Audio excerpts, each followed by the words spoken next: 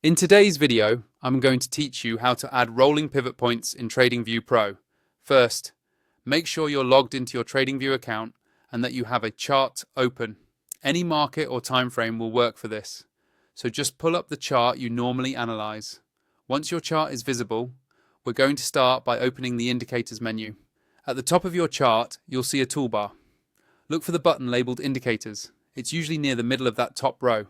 Go ahead and click on Indicators. This is where TradingView keeps all of the built-in tools, community scripts, and premium indicators you can add to your chart. When the Indicators window opens, you'll notice a search box at the top. This is the easiest way to find what you're looking for without scrolling through long lists. Click directly into the search box so your cursor is active there. Now, start typing the phrase, rolling pivot points. As you type, TradingView will automatically filter the results below. You should see indicators related to rolling pivot points appear in the list. Take a moment to check that the one you're selecting is the correct version you want to use, and then click on it once. As soon as you click it, TradingView will apply the rolling pivot points indicator to your open chart. You'll see lines and levels appear across your price chart, updating as new candles form.